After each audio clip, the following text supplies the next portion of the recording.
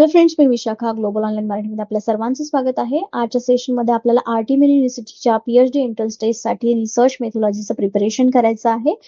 MCQ through research methodology preparation आपण या video series through करत आहोत, ज्याचा उपयोग तुम्हाला या येणाऱ्या एक्झाममध्ये मॅक्सिमम स्कोर करण्यासाठी हेल्पफुल ठरणार आहे. So let start with today सेशनला सुरुवात करण्या अगोदर एक इम्पॉर्टंट सूचना किंवा संधी आहे त्या स्टुडंटसाठी जे स्टुडंट्स यावर्षीची एक्झाम टार्गेट करतायत त्यांच्यासाठी स्पेशल रिसर्च मेथोलॉजी. जसं की आपल्याला माहिती आहे, या पेपरमध्ये 2 पार्ट आहेत. एक पार्ट रिसर्च मेथोलॉजीचा आहे आणि एक्झाम मध्ये पास होण्यासाठी देखील तुम्हाला 50% मार्क्स आवश्यक आहे. जो रिसर्च मेथोलॉजीचा पार्ट या क्रॅश कोर्स मध्ये जर तुमचा कंप्लीट झाला तर नक्कीच तुम्ही हा कोर्स थ्रू हा पेपर जो आहे तुमचा यावर्षीचा तुम्ही क्रॅक करू शकता. या क्रॅश कोर्सची फीस जी आहे 899 आहे. आजपासून म्हणजे 1 तारखेपासून हा क्रॅश कोर्स सुरू होतोय.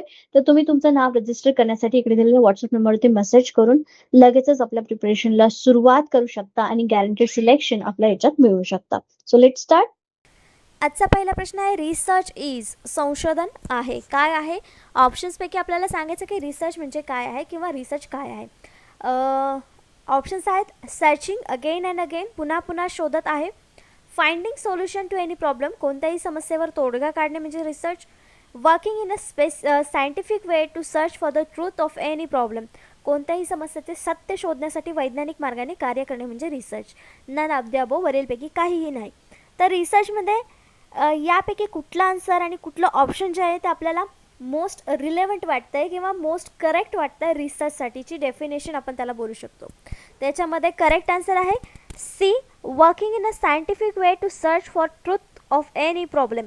म्हणजे संशोधन म्हणजे काय, थोडक्यात त्यांनी ऑप्शनमध्ये सांगितलेलं आहे, सीमध्ये सांगितलेलं आहे शोध घेणं बरोबर आहे, समस्येवर तोडगा काढणं बरोबर आहे. पण तीन नंबरच्या आपल्याला ऑप्शनमध्ये त्यांनी सायंटिफिक, सर्च फॉर ट्रूथ आणि प्रॉब्लेमसाठीचा सर्च, हे 3 गोष्टी आपल्याला ह्या सी ऑप्शनमध्ये दिसत आहेत. म्हणून आपलं करेक्ट आन्सर जे आहे तिथे सी आलेलं आहे. Research is working in a scientific way to search for truth of any problem. तर रिसर्च म्हणजे अजून काय म्हणू शकतो आपण, रिसर्च म्हणजे काय? Research is a define as the creation of new knowledge and or the use of existing knowledge in a new and creative way. तर त्यांनी काय म्हटलेलं आहे, रिसर्च म्हणजे डिफाईन असं करू शकतो आपण की नवीन नॉलेज क्रिएट करण्याची एक पद्धत आहे किंवा जे आपल्याकडे नॉलेज आहे त्याला वापरून आपण काहीतरी क्रिएटिव्ह बनवण्यासाठीचा एक वे आहे, मार्ग आहे. So as to generate a new concept, म्हणजे नवीन कन्सेप्ट, नवीन संकल्पना तयार करण्यासाठी. मेथोडॉलॉजीज म्हणजे पद्धती तयार करण्यासाठी. अंडरस्टँडिंग्स म्हणजे विचार किंवा समज जे आहेत ते करण्यासाठी ह्या सगळ्या उपयोग येतात रिसर्च. दिस कुड include synthesis and analysis of previous research to the extent that it leads to new and creative outcomes. तर हे कशासाठी आपल्याला उपयोग येतं की नवीन क्रिएटिव्ह आउटकम्स आपल्याला मिळण्यासाठी उपयोग येतात हे रिसर्च. भलेही ते आधीच्या नॉलेजमधून आलेलं असो किंवा नवीन नॉलेज त्याच्यामधून बाहेर आलेलं असो. अशा प्रकारे आपण रिसर्च डिफाईन करू शकतो एकदम सिम्पल लँग्वेजमध्ये. म्हणजे त्याच्यामध्ये कुठल्याही शास्त्रज्ञाची व्याख्या न टाकता आपल्याला जर रिसर्चची व्याख्या करायची असेल तर अशा प्रकारे आपण ही व्याख्या करू शकतो रिसर्चची. नेक्स्ट क्वेश्चन आहे सेकंड नंबरचा. A common test in research demands much priority on, संशोधनातील सामान्य चाचणीला जास्त प्राधान्य मिळण्याची मागणी केली जाते. म्हणजे कुठलीही चाचणी असो, संशोधनामध्ये कुठलीही चाचणी घ्यायची असेल तर त्याच्यामध्ये कुठले गुण असले पाहिजेत किंवा कुठली मागणी आहे की जे असेल तरच आपले संशोधनाची चाचणी योग्य असेल आणि विश्वासार्ह असेल. तर ऑप्शन्स दिले आहेत, रिलायबिलिटी म्हणजे विश्वसनीयता, युजेबिलिटी म्हणजे उपयोगिता, ऑब्जेक्टिव्हिटी म्हणजे वस्तुस्थिती आणि D all of the above, वरील सर्व. तर मेन गोष्ट अशी कुठली आहे ऑप्शन्समध्ये दिलेल्यापैकी, तर इथे विश्वसनीयता देखील पाहिजे आपल्याला, त्याची उपयोगिता देखील पाहिजे, वस्तुस्थिती देखील त्याच्यामधून कळाली पाहिजे. म्हणजे तिन्ही ज्या गोष्टी आहेत त्या आपल्याला इथे आवश्यक दिसतात. म्हणजे कॉमन टेस्टमध्ये आपल्याला ह्या तिन्ही गोष्टींची मागणी केली तरच आपली जी टेस्ट आहे रिसर्चमधली ती एकदम चांगल्या प्रकारे रिझल्ट देईल. मग आपलं इथं करेक्ट आन्सर काय यायला पाहिजे, D all of the above, वरील सर्व. हे रिलायबिलिटी, युजेबिलिटी आणि ऑब्जेक्टिव्हिटी हे तिन्ही गोष्टी आपल्याला रिसर्चमध्ये डिमांडमध्ये असतात किंवा प्रायोरिटी बेसवरती असतात. रिसर्चमध्ये जसे ऑब्जेक्टिव्स असतात किंवा त्याचे गुण जे असतात ते त्याच्यावरतीच आपण टेस्टमधले प्रायोरिटीज ठरवत असतो. तर आपण अजून काय ऑब्जेक्टिव्स आहेत रिसर्च प्रोजेक्टचे ते बघूयात. The objectives of research project summarise what is to be achieved by the study. Objective काय असतं की जे आपल्याला स्टडीमधून काय मिळवायचं आहे ते समराईज केलेलं असतं ऑब्जेक्टिव्समध्ये.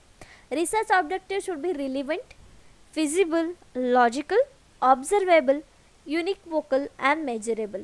म्हणजेच त्यांनी काय सांगितलं आहे, रिलिव्हंट म्हणजे संबंधित असलं पाहिजे, फिजिबल म्हणजे व्यवहारी असलं पाहिजे, लॉजिकल तार्किक असलं पाहिजे, ऑब्झर्वेबल म्हणजे निरीक्षण करण्याजोगं असलं पाहिजे, आणि युनिकेबल म्हणजे वेगळं काहीतरी असलं पाहिजे, आणि मेजरेबल म्हणजे मापता येण्यासारखं देखील ते असलं पाहिजे. Objective is a purpose that can be reasonably achieved within the expected time frame and with the available resources. तर ऑब्जेक्टिव्ह आपण काय करतो, जे आपल्याला सहजासहजी मिळवता येतील आणि आपल्या टाईम फ्रेममध्ये ते मिळवता येतील असे ऑब्जेक्टिव्ह असले पाहिजे आपल्या रिसर्च प्रोजेक्टचे. म्हणजे त्याच्यातून आपल्याला रिसोर्स जे आहेत ते सुद्धा अवेलेबल असले पाहिजेत, तेव्हाच ते आपण ऑब्जेक्टिव्स ठेवू शकतो समोर. रिलायबिलिटी, युजेबिलिटी आणि ऑब्जेक्टिव्हिटी हे एम पण आहेत आपल्या, आणि ऑब्जेक्टिव्ह तर आहेच, हे तर आपल्या प्रोजेक्टमध्ये रिसर्च प्रोजेक्टमध्ये असलेच पाहिजेत, पण ते प्रायोरिटी बेसवर असतात. हे बाकीचे जे आहेत ते आपला रिसर्च चांगला होण्यासाठी आपल्याला हे ऑब्जेक्टिव्स ठेवावे लागतात. नेक्स्ट क्वेश्चन आहे 3 नंबरचा. The essential qualities of researchers are. संशोधकाचे आवश्यक गुण कोणते आहेत? बेसिक लेवलवर जे संशोधकांचे गुण आवश्यक असतात रिसर्च करण्यासाठी ते कोणते आहेत? ऑप्शन्स आहेत: स्पिरिट ऑफ फ्री एन्क्वायरी, मुक्त चौकशीचा आत्मा, Reliance on observation and evidence, निरीक्षण आणि पुरावा यावर रिलायन्स म्हणजे विश्वास, सिस्टमायझेशन ऑर थेअरायझिंग ऑफ नॉलेज, ज्ञानाचे सिस्टमायझेशन किंवा सिद्धांत, म्हणजे जे आपल्याकडे नॉलेज आहे त्याला सिस्टीममध्ये एका बांधणे, त्याला सिस्टमाइज करणे, आणि थेअरीज म्हणजे सिद्धांतमध्ये बांधणे, आणि D all of the above वरील सर्व. तर याचं करेक्ट आन्सर काय असायला पाहिजे? एखाद्या संशोधकाकडे हे तिन्ही गोष्टी असतील तर कसा संशोधक होईल? तो एकदम चांगला होईल. हे सगळ्याच गोष्टी असल्या तर संशोधक एकदम चांगला होणार आहे. म्हणजे आपला करेक्ट आन्सर देखील काय असणार आहे? D all of the above वरील सर्व गुण हे एका संशोधकामध्ये आवश्यक आहेत. कंपल्सरी असतील असावेच ही अट नाही आहे, पण हे तिन्ही गुण जर असतील एखाद्या संशोधकामध्ये तर नक्कीच जो रिसर्च असेल किंवा संशोधक असेल तो चांगली माहिती सगळ्यांसमोर आणेल, चांगला रिसर्च एक पुढे येईल जर या सगळ्या गुणांसोबत तो संशोधक असेल तर. म्हणून आपल्या इथे करेक्ट आन्सर काय आलेला आहे? D all of the above वरील सगळ्या गोष्टी, सगळे गुण हे संशोधकामध्ये आवश्यक आहेत. तर त्या व्यतिरिक्त अजून कुठल्या क्वालिटीज रिसर्चर्समध्ये असल्या पाहिजेत ते आपल्याला स्क्रीनवर दिसत आहेत. एक एक करून आपण बघूयात. एक आहे फ्रेंडली विथ रिस्पॉन्डंट, ज्यांच्याकडून आपण डेटा गोळा करतोय, त्यांच्याकडून आपण रिस्पॉन्स मागतोय, त्यांच्यासोबत हे वागणूक ही फ्रेंडली असली पाहिजे, फ्री असली पाहिजे. नंतर लिस्ट डिस्करेजमेंट असली पाहिजे, कमी निराशावादी तो असला पाहिजे.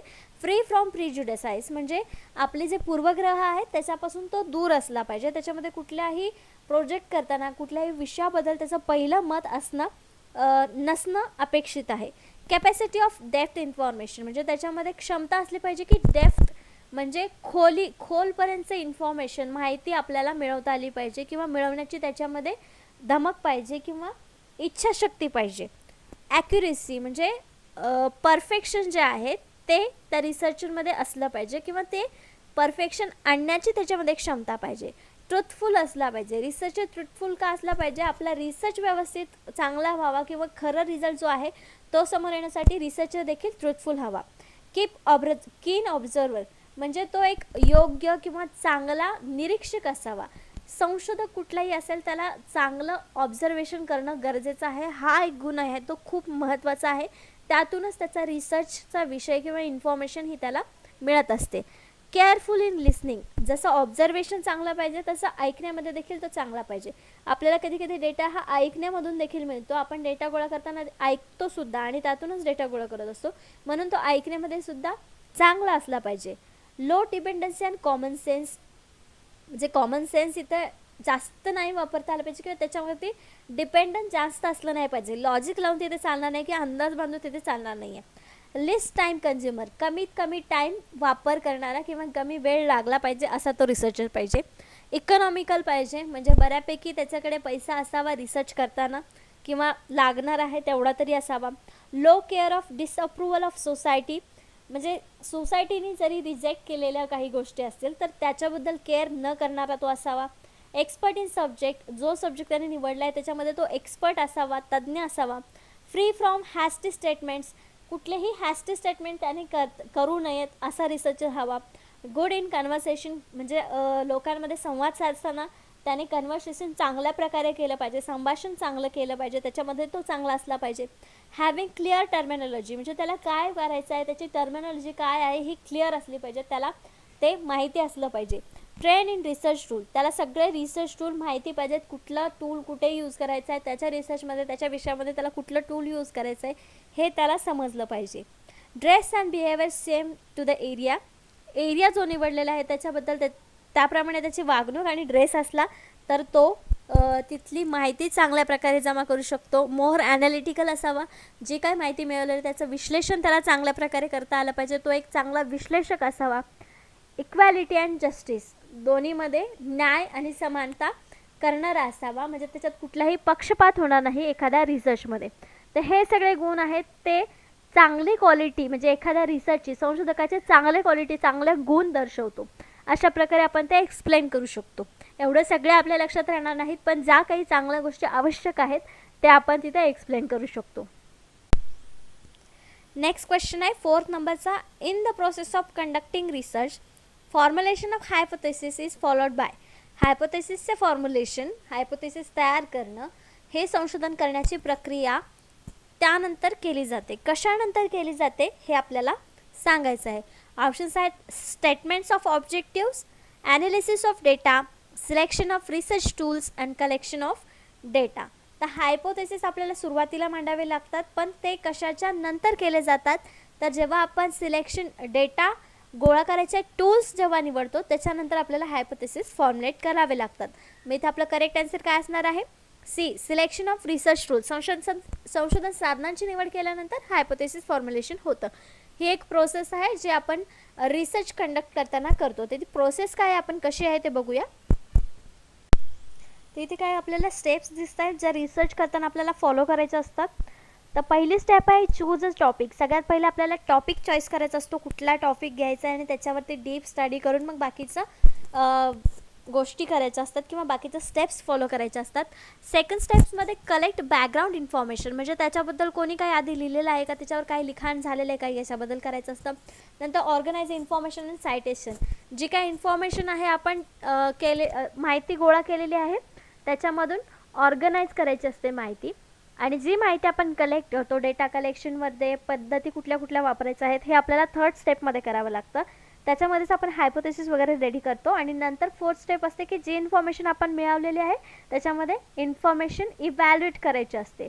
राईट रिसर्च क्वेश्चन, जिथं क्वेश्चन आपण तयार करतो तो तिथे मांडायचा असतो नेमक्या ह्याच्यात ज्याचा आपण डेटा कलेक्ट करतो त्याच्यामध्ये. त्याच्यानंतर मग ड्राफ्ट तयार होतो. या सगळ्या स्टेप्स केल्यानंतर आपण एक ड्राफ्ट तयार होतो, म्हणजे रफ जे आपण काम करतो त्याच्यावरती ते एक ड्राफ्ट तयार होतो. आणि ड्राफ्ट नंतर मग 6व्या स्टेपमध्ये त्याच्यामध्ये अजून काय करेक्शन्स आहेत, एडिटिंग आहे, रिवाईज करायचं आहे ते 6व्या स्टेपमध्ये. आणि 7व्या स्टेपमध्ये मग फायनल राईट असतं, फायनल ड्राफ्ट होतो. आणि सायटेड रेफरन्स, जे रेफरन्स आपण वापरलेले आहेत स्टडीसाठी आपल्या रिसर्चसाठी ते 7th स्टेपमध्ये येतात. अशा 7 स्टेप आहेत ज्याच्यामध्ये आपण रिसर्च कंप्लीट करत असतो प्रोजेक्टमध्ये. ही एक प्रोसेस आहे, त्या प्रोसेसनुसारच आपल्याला कंप्लीट रिसर्च करायचा असतो, तरच तो रिसर्च जो आहे तो व्हॅलिड असतो. नेक्स्ट 5th नंबरचा क्वेश्चन आहे. Next, a research paper is a brief report of research work based on. Research पेपरवर आधारित संशोधन कार्याचा एक संक्षिप्त अहवाल आहे, तो कशावर अवलंबून असतो किंवा कशावर रेडी केला जातो. ऑप्शन्स आहेत प्रायमरी डेटा ओनली, केवळ प्राथमिक डेटा, सेकंडरी डेटा ओनली, केवळ दुय्यम data, both primary and secondary data, प्राथमिक आणि माध्यमिक दोन्ही data, none of the above, वरीलपैकी काहीही नाही. त्याच्यामध्ये जास्त रिलेव्हंट आणि जास्त परफेक्ट जे आन्सर आहे ते आहे C, both primary and secondary. आपण जो रिसर्च तयार करतो त्याच्यामध्ये कोणतेही डेटा वापरू शकतो, फक्त प्रायमरी किंवा फक्त सेकंडरी वापरू शकत नाही. दोन्ही प्रकारचा डेटा आपण त्याच्यामध्ये इन्क्लूड करू शकतो आपल्याला चांगल्या प्रकारचा रिसर्च घ्यायचा असेल तर. मग इथे करेक्ट आन्सर आपलं सी असणार आहे, फक्त प्रायमरी किंवा फक्त सेकंडरी नसणार आहे. आणि त्यामुळे नन ऑफ द अबोव सुद्धा नसणार आहे. सी आपलं परफेक्ट आन्सर आहे, करेक्ट आन्सर आहे. तर डेटा प्रायमरी डेटा आणि सेकंडरी डेटा काय आहे तो आपण बघूया. Primary data is a type of data that is collected by researcher directly from the main source, while secondary data is the data that has already been collected through primary source and made readily available for researchers to use their own research. तर primary data म्हणजे ज्याच्यामधून स्वतः researcher माहिती गोळा करतोय main सोर्समधून, आणि secondary data जो already एखाद्या प्रायमरी डेटामधून गोळा करून रेडी केलेला आहे. जसं की लायब्ररीमध्ये जे बुक्स असतात ते वापरून जेव्हा आपण ते रिसर्च करतो तेव्हा तो सेकंडरी डेटा असतो, आणि इंटरव्ह्यू क्वेश्चनायर वापरून जेव्हा आपण डेटा गोळा करतो तो प्रायमरी डेटा असतो, कारण त्याच्यामध्ये आपण स्वतः डेटा गोळा करत असतो.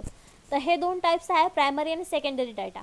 मग हे दोन्ही वापरून आपण एक चांगला रिसर्च तयार करू शकतो. म्हणून आपलं करेक्ट आन्सर आलं होतं की कुठलंही ब्रीफ करताना किंवा वर्क रिपोर्ट तयार करताना, संशोधनाचा रिपोर्ट तयार करताना आपण दोन्ही प्रकारच्या डेटाचा वापर तिथे करू शकतो. तर दोन्हीमध्ये इथे फरक आपल्याला दिला ते बघूया. Primary data is a kind of data that is collected directly from the data source. जसं आपण म्हटलं की प्रायमरी डेटा हा डायरेक्टली डेटा सोर्समधून माहिती गोळा करत असतो. Primary data is any original information that you collect from the purpose of answering your research question. जो तुमचा क्वेश्चन आहे रिसर्चचा त्याला डायरेक्टली आन्सर करणारा हा डेटा असतो, जो प्रायमरी डेटा असतो तो. तर तेच सेकंडरी डेटा काय आहे? Secondary data is the data that is collected through primary source and made available for researchers to use their own research. तर सेकंडरी डेटा असा आहे जो प्रायमरी डेटामधून आधी गोळा केलेला असतो आणि नंतर दुसऱ्या रिसर्चर्सला तो उपयोगी यावा त्यांच्या रिसर्चसाठी, अशा प्रकारचा तो डेटा गोळा केलेला असतो. मग तो सेकंडरी डेटा येतो. Secondary data is information that has been collected by other researchers and you are using it. म्हणजे ऑलरेडी कुठल्या तरी संशोधकांनी तो गोळा केलेला असतो इन्फॉर्मेशन डेटा, आणि तो तुमच्या रिसर्चसाठी तुम्ही यूज करत असतात, त्याला आपण सेकंडरी डेटा बोलतो. तर अशा प्रकारचे हे दोन डेटा प्रकार आहेत. नेक्स्ट क्वेश्चन आहे 6 नंबरचा. An appropriate source to find out descriptive information is. वर्णनात्मक माहिती शोधण्यासाठी योग्य स्रोत कोणता आहे किंवा म्हणजे काय आहे? ऑप्शन्स आहेत बिब्लिओग्राफी, ग्रंथसंग्रह, डिरेक्टरी, निर्देशिका, एन्सायक्लोपीडिया, विश्वकोश आणि डिक्शनरी शब्दकोश. या सगळ्यांमध्येच आपल्याला वर्णनात्मक माहिती मिळू शकते, पण त्याचं प्रमाण कमी जास्त असतं. पण एक असं स्रोत आहे ज्याच्यामध्ये तुम्हाला खूप माहिती मिळते, खूप प्रमाणात माहिती मिळते, जो वर्णनात्मक स्रोत, माहितीचा स्रोत ज्याला आपण म्हणू शकतो. तो करेक्ट आन्सर आहे सी, एन्सायक्लोपीडिया विश्वकोश.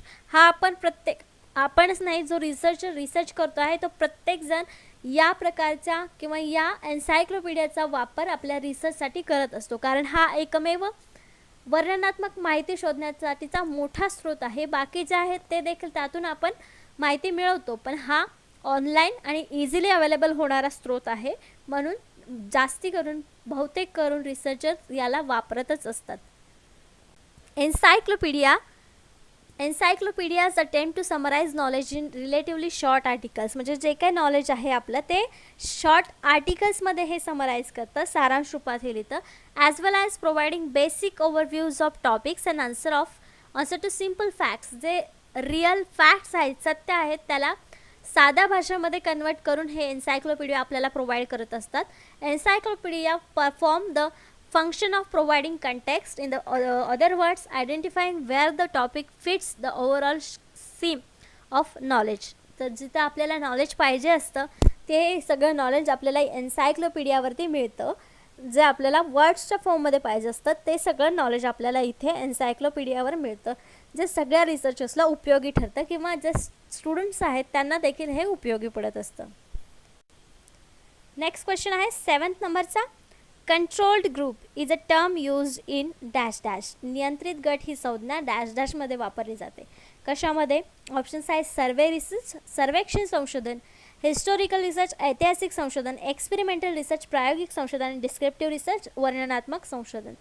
तर कंट्रोल ग्रुप ही टर्म सी, एक्सपेरिमेंटल रिसर्च, प्रायोगिक संशोधन यामध्ये वापरली जाते. याचं करेक्ट आन्सर सी आहे, एक्सपेरिमेंटल रिसर्च. कसं? The control group is composed of participants who do not receive the experimental treatment. When conducting an experiment, these people are randomly assigned to be in this group. They also closely resemble to the participants who are the experimental group or the individuals who receive the treatment. The control group मध्ये जे elements असतात किंवा जे participants असतात ते experimental ट्रीटमेंटपासून दूर असतात, त्यांना एक्सपेरिमेंटल ट्रीटमेंट मिळत नाही. एक्सपेरिमेंट रिसर्चमध्येच हे कंट्रोल ग्रुप असतात, कारण त्यांना एक्सपेरिमेंटल ट्रीटमेंट मिळत नाही, एका लिमिटमध्येच त्यांना ठेवलं जातं. ते सगळ्यांना आपण कंट्रोल ग्रुप असं म्हणतो. म्हणजे सिलेक्ट झालेले आहेत ते पार्टिसिपंट तर आहेत त्या एक्सपेरिमेंटचे, त्या रिसर्चचे, पण त्यांना ती ट्रीटमेंट मिळणार नाही जे बाकीच्या पार्टिसिपंट्सला मिळणार आहेत. मग ते जे सोडलेले असतात, जे रँडम सिलेक्ट केलेले ग्रुप्स असतात, ते कंट्रोल ग्रुप्स आहेत असं आपण म्हणू शकतो. नेक्स्ट क्वेश्चन आहे 8 नंबरचा. All research process start with. सर्व संशोधन प्रक्रिया सुरू होते कुठून? ऑप्शन्स आहेत हायपोथेसिस परिकल्पना, एक्सपेरिमेंट्स टू टेस्ट हायपोथेसिस गृहीतकपणाचे परीक्षण करण्यासाठी प्रयोग, सी ऑब्झर्वेशन निरीक्षण, D all of the above. तर याचं करेक्ट आन्सर आहे ते आहे सी ऑब्झर्वेशन निरीक्षण. निरीक्षणापासून सगळ्या संशोधनाची सुरुवात होते. कारण जेव्हा आपल्याला रिसर्च क्वेश्चन चॉईस करायचा असतो तेव्हा देखील आपल्याला ऑब्झर्वेशन करूनच तो क्वेश्चन, तो प्रॉब्लेम बघायचा असतो, चॉईस करायचा असतो, नंतरच त्यावरती रिसर्च सगळा सुरू होतो. म्हणून all research process start with observation. सर्व संशोधन प्रक्रिया निरीक्षणापासून सुरू होते, म्हणून आपलं करेक्ट आन्सर इथे सी आहे. तर ऑब्झर्वेशनचं महत्त्व काय आहे आपल्याला रिसर्चमध्ये? Observation provides the most accurate information about people, their task and their needs. म्हणजे लोकांबद्दल सगळी इन्फॉर्मेशन आपल्याला ऑब्झर्वेशनमधून मिळते. त्यांच्यासाठीचे टास्क, त्यांच्या गरजा कुठल्या कुठल्या आहेत. Since we are most interested in people's behavior, observing the most important of these activities because it provide most accurate information about people, their task and their needs. तेच सांगितलेलं आहे की काय आहे आपल्याला ऑब्झर्वेशनमध्ये काय मिळतं. जर आपल्याला पीपलच्या वागण्यावरती रिसर्च करायचा आहे, त्याच्यामध्ये आपल्याला इंटरेस्ट आहे, तो आपला विषय आहे, तर त्यांना ऑब्झर्व करणं हे सगळ्यात महत्त्वाचं आहे. कारण त्याच्यामध्येच आपल्याला जास्त व्हॅलिड आणि भरपूर ॲक्युरेट माहिती त्यातूनच मिळते ऑब्झर्वेशनमधून. म्हणून ऑब्झर्वेशन ही सगळ्या प्रक्रियांची सुरुवात आहे रिसर्चमध्ये. रिसर्चमध्ये ऑब्झर्वेशनला खूप महत्त्व आहे असं आपण म्हणू शकतो. नेक्स्ट क्वेश्चन आहे 9th नंबरचा. The quality of research study is primarily assessed on. संशोधन अभ्यासाच्या गुणवत्तेचे प्रामुख्याने मूल्यांकन केले जाते. कशावरून मूल्यांकन केले जातं गुणवत्तेचं? ऑप्शन्स आहेत द प्लेस ऑफ पब्लिकेशन. पब्लिकेशनच्या स्थानावर आपण मूल्यांकन करतो का संशोधनाच्या अभ्यासाचं गुणवत्ता किती आहे त्याच्यामध्ये? नाही. The way in which the recommendation are implemented. ज्या मार्गाने शिफारसी लागू केल्या आहेत त्या. तर एखादा रिसर्च असा पण असू शकतो की त्याच्यात काहीच चांगला रिसर्च नाही आहे, पण रिकमेंडेशन भरपूर दिलेले आहेत, मग तो चांगला रिसर्च असू शकतो का? नाही. मग आपलं हे सुद्धा ऑप्शन इथे चुकीचं आहे. ए बी ऑप्शन कट झालेला, तर सी आणि डी ऑप्शन बघायचं आहे. The rigour with which it was conducted. ज्या कठोरतेने ते आयोजित केले गेले आहे. D the number of times it's replicated. त्याची पुनरावृत्ती किती वेळा केली गेली आहे. तर डी आणि सी मध्ये देखील डी ऑप्शन आपल्याला इथे बरोबर वाटणार नाही, कारण पुनरावृत्ती कितीही वेळेस होऊ शकते. भले त्याचा कंटेंट किती चांगला असो नसो, विषय सोपा असला तरी त्याची पुनरावृत्ती होऊ शकते, पण त्याच्यामध्ये तेवढं चांगला अभ्यास आहे किंवा गुणवत्ता त्याच्यामध्ये चांगली आहे हे त्याचं मूल्यांकन तिथे होऊ शकत नाही. मग आपलं करेक्ट ऑप्शन इथे काय असणार आहे? C the rigour with which it was conducted. ज्या कठोरतेने हे आयोजित केले गेले, म्हणजे त्याच्यामध्ये कुठले कुठले कष्ट घेतलेत, कुठल्या कुठल्या पद्धती वापरल्यात, हे जेव्हा मूल्यांकन होईल तेव्हा त्याचं गुणवत्ता लक्षात येईल. म्हणजे संशोधन अभ्यासाच्या गुणवत्तेचे प्रामुख मूल्यांकन कशावर केलं पाहिजे? त्याची जी कठोरता आहे, the rigour with which it is conducted. ज्या कठोरतेने हे तयार केलं गेलं आहे त्याच्यावरून त्याचं मूल्यांकन केलं गेलं पाहिजे. म्हणून आपलं करेक्ट आन्सर इथं सी आहे. Quality research most commonly denotes the scientific process including all aspects of study design. तर क्वालिटी रिसर्चमध्ये काय महत्त्वाचं असतं? सायंटिफिक प्रोसेस, वैज्ञानिक स्टेप्स असते, प्रोसेस असते, प्रक्रिया असते, ती त्याच्यामध्ये असली पाहिजे. आपल्या अभ्यासाच्या रचनेमध्ये त्याला इन्क्लूड केलं गेलेलं पाहिजे, तेव्हा ते एक क्वालिटी रिसर्च होईल.